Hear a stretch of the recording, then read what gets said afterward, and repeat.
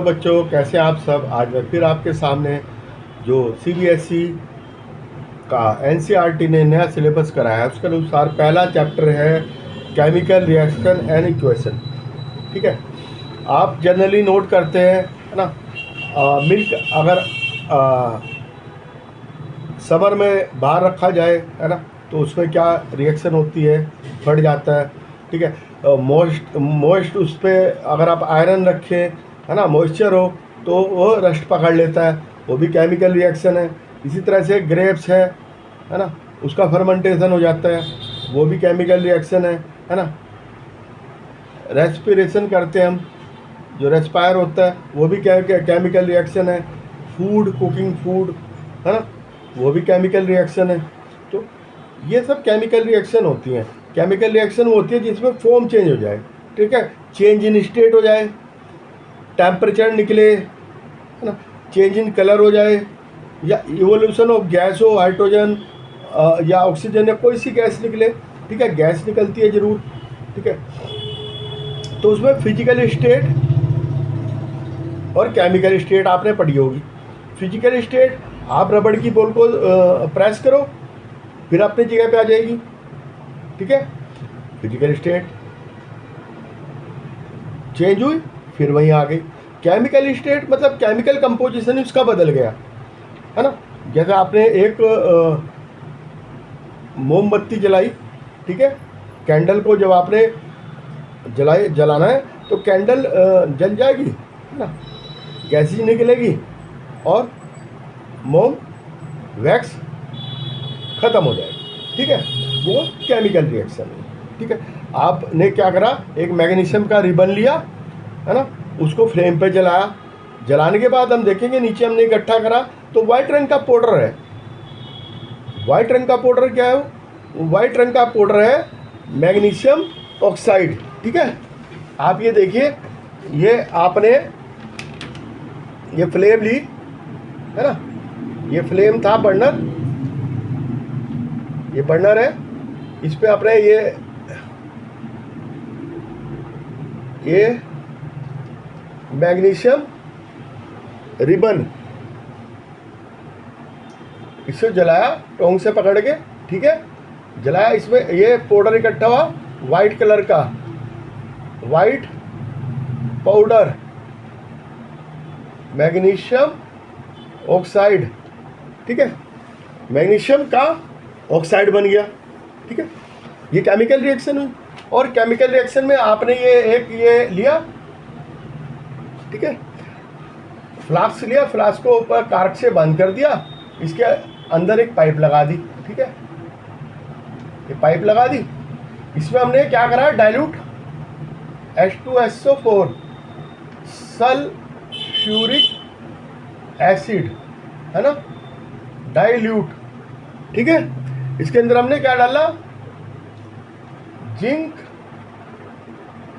Granule. यहाँ से क्या निकला, हाइड्रोजन गैस, हाइड्रोजन गैस निकली, इवोल्यूशन ऑफ गैस हुआ। ठीक है, जिंक ने से वो करी और अपनी गैस निकाल दी, तो उसको हम क्या कहेंगे, ये केमिकल रिएक्शन है सारी। ठीक है, केमिकल रिएक्शन में क्या क्या होता है मैं भी आपको बताया, है ना। केमिकल रिएक्शन होगी तो change in state, number 2 change in colour, number 3 evolution of gas, number 4 rise in temperature, temperature भी राइज होगा। ठीक है, ये सब कुछ होगा तो क्या केमिकल रिएक्शन है। अब ये हो गया, मैंने आपको बता दिया, डेली लाइफ में बता दिया मैंने आपको क्या क्या होता है ना। अब ये हम इसको कैसे लिखते थे अभी मैं आपको बता रहा हूँ, ये इसको आगे फॉर्म को बता रहा हूँ। अब है केमिकल रिएक्शन। केमिकल रिएक्शन जो थी उसकी इक्वेशन क्या होती है, इक्वेशन क्या होती है, इक्वेशन वो होती है जिसको हमने किसमें, वर्ड फॉर्म में लिखना है कि क्या हुआ, ठीक है ना। जैसे कि वर्ड फॉर्म में लिखना हमने magnesium plus oxygen is equal to, heat करा, ये निशान भी हीट का है, तो मैग्नीशियम ऑक्साइड बन गया, ठीक है, बन गया। तो ये क्या होता है, सिंपल तरीका होता है, simple method of word equation. Word equation का सिंपल मेथड है ना, सिंपल तरीके से हम किस तरह से लिख सकते हैं, तो उसको simple method of word equation कहते हैं। जैसे कि है ना, अब ये Mg है ना, इसको Mg फॉर्म है, ठीक है, ये ऑक्सीजन है, ठीक है, इसको है ना आपके याद करना है, जैसे सोडियम Na, कैल्शियम Ca, है ना, सोडियम, कैल्शियम, मैग्नीशियम, पोटेशियम, इस तरह से सब, एल्युमिनियम, है ना, ये सब कुछ चीज़ें आपको सिंबल याद करने हैं। हाइड्रोजन का सिंबल है ना, ये सिंबल है, ये सिंबल से हम प्रोडक्ट इसे करते हैं, ठीक है। MgO, इसको क्या कहेंगे, रिएक्टेंट, इसको क्या कहेंगे, प्रोडक्ट। ये क्या है, रिएक्टेंट, ये है प्रोडक्ट, और ये बीच में एरो, एरो का निशान लगा के, ये मिला रिएक्टेंट, ये मैग्नीशियम ऑक्सीजन रिएक्शन करी, ये बना। अब ये इसको बैलेंस टू मैंने अभी कर दिया, बैलेंस करनी अभी आपको मैं बताता हूँ, ठीक है। मैग्नीशियम और ऑक्सीजन को, हमने मैग्नीशियम को गर्म करा, रिएक्टेंट है ये, एरो का निशान, ये प्रोडक्ट बना, ठीक है। इसको कहेंगे LHS, लेफ्ट हैंड साइड, ठीक है, और इसको कहेंगे RHS, right hand side. Arrow से इधर का लेफ्ट हैंड साइड, एरो से इधर का राइट हैंड साइड, ठीक है। अब ये साइन लगाया हमने इसका, एरो का, ठीक है। Number of item both side are same, number of item both side same होते हैं, है ना। कंजर्वेशन ऑफ मास, इसका क्या मतलब है कि प्रोडक्ट का मास और जितना मास उसका है रिएक्टेंट का, वो बराबर होगा, ठीक है। अगर हमने ये बंद करा और ये गैस बनी, है ना, ये डाइल्यूट H2SO4, इसमें जिंक डाला, जिंक हमने यहाँ लटका दिया पहले, है ना, पहले हमने जिंक को एक पोटी में ऊपर लटका दिया और बाद में हमने इसको वो कर दिया, पहले वेट कर लिया और इसमें डाल के वेट कर लिया। तो गैस प्लस जिंक का वजन, वेट प्लस वाटर का वेट उतना ही होगा जितना रिएक्टेंट का था, ठीक है। तो इधर का एटम और इधर के एटम्स नंबर बराबर होंगे, ठीक है। इक्वेशन में बोथ साइड जो है, इसे क्या कहेंगे, mass conservation, both side mass equal, both side of mass equal होता है, ठीक है।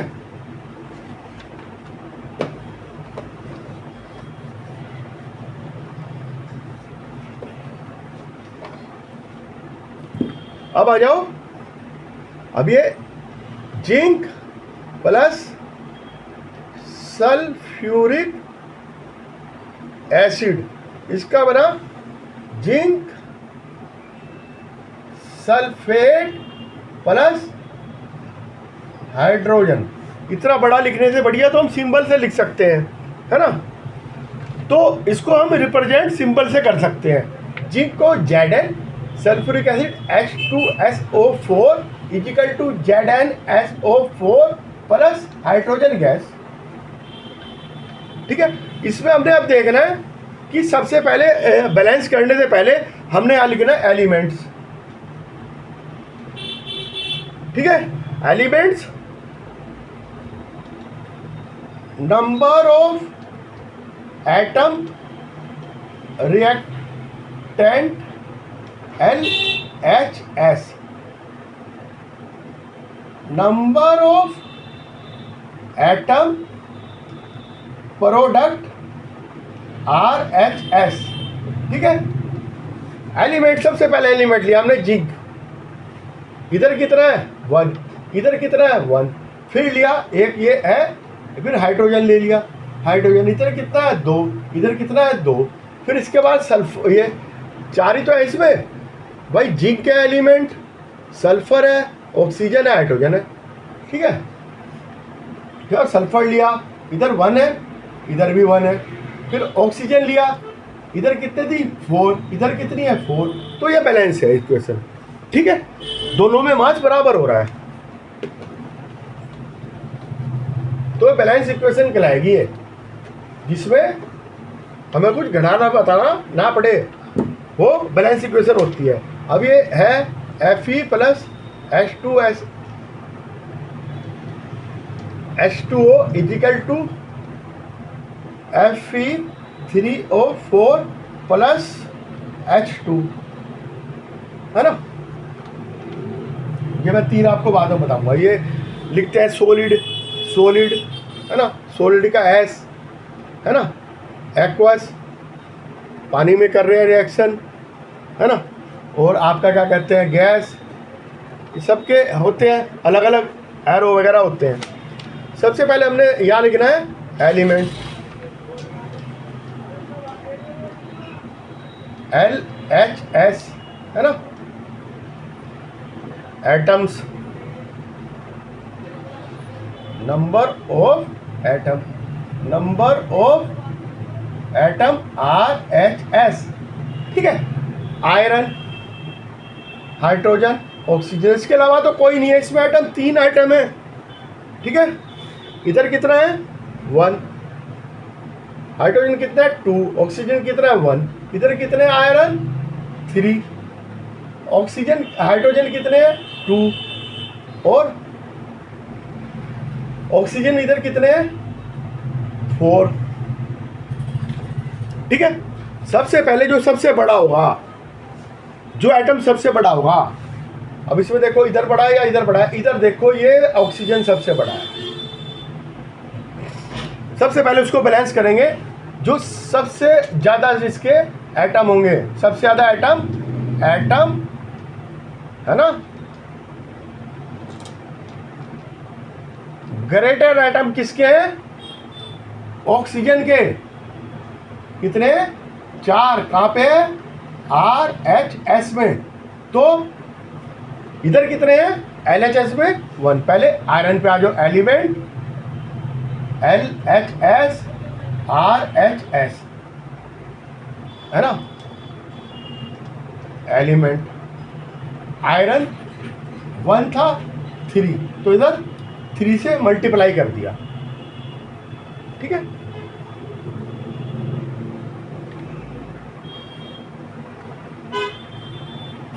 पहले ऑक्सीजन, सॉरी ऑक्सीजन देख रही है ना, ऑक्सीजन, ऑक्सीजन इधर कितनी थी 1, इधर कितनी थी 4, तो इधर फिर ऑक्सीजन को क्या करा हमने मल्टीप्लाई बाई 1 मल्टीप्लाई बाई 4, 4 बराबर होगी, तो हमने ये क्वेश्चन आ गई Fe plus 4H2O is equal to Fe3O4 plus H2। अब देखना है उससे इससे कम कौन सा है, इससे कम है आयरन, आयरन ग्रेटर आयरन। पहले ऑक्सीजन ज़्यादा है 4 थे, आयरन के 3 थे, ये दोनों किधर थे RHS, 4 इधर हो है ना, उससे कोई फर्क नहीं पड़ता किधर है ना। इधर एलिमेंट LHS RHS, आयरन इधर कितना है 1, इधर कितना 3, तो इसे बराबर करने के लिए क्या करेंगे 1 × मल्टीप्लाई बाई 3, तो ये क्वेश्चन आ जाएगी Fe3 + 4H2O is equal to Fe3O4 + H2। अब देखो हाइड्रोजन के, देखो ऑक्सीजन बैलेंस हो गया, आयरन बैलेंस हो गया, अब रह गया हाइड्रोजन। 3 ही इसमें एटम थे। अब हाइड्रोजन के इधर कितने हैं LHS में हाइड्रोजन के कितने हैं 4 दूनी 8, 4 2 जा 8, और RHS में कितने हैं 4, तो मल्टीप्लाई बाई 2।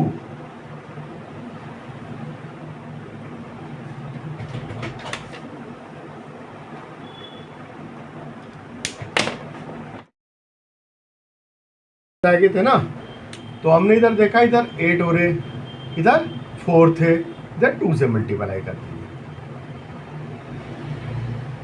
ठीक है, इधर 2 से मल्टीप्लाई कर देंगे, ठीक है। अब इधर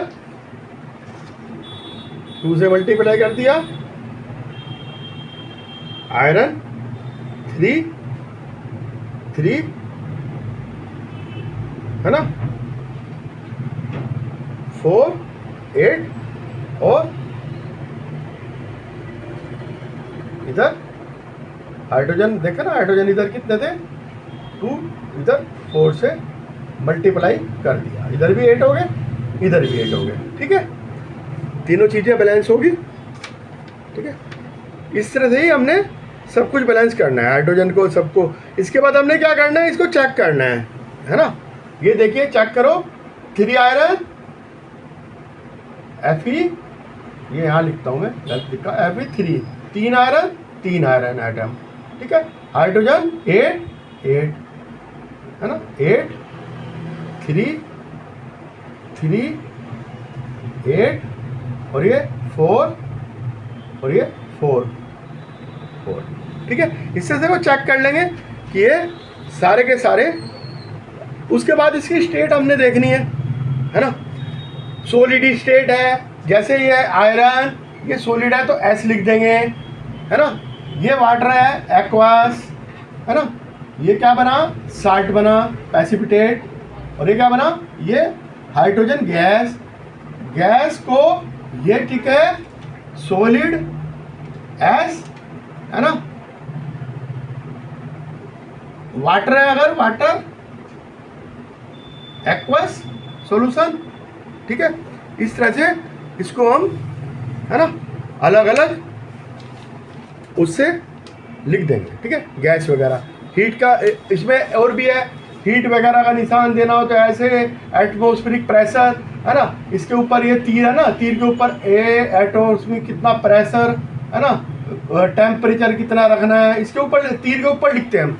जो एरो होगा ना, एरो के ऊपर लिखेंगे कि टेम्परेचर कितना रखना है उसका, और उसका प्रेशर उस पर कितना देना है जब वो एक्शन होगी, है ना। रिएक्शन करने के लिए क्या क्या ऑप्टिमम कंडीशंस होती है, प्रेशर कितना, टेम्परेचर कितना, उसकी स्टेट क्या है, सॉलिड है, एक्वस है, गैस है, वो सब हम उस पर लिख देते हैं। आज के लिए इतना ही, ठीक है। आगे मैं आपको केमिकल रिएक्शन के बारे में बताऊंगा, क्योंकि चैप्टर बहुत लंबा हो जाएगा, ठीक है। मेरे साथ इस चैनल पर बने रहिए, सब्सक्राइब कीजिए।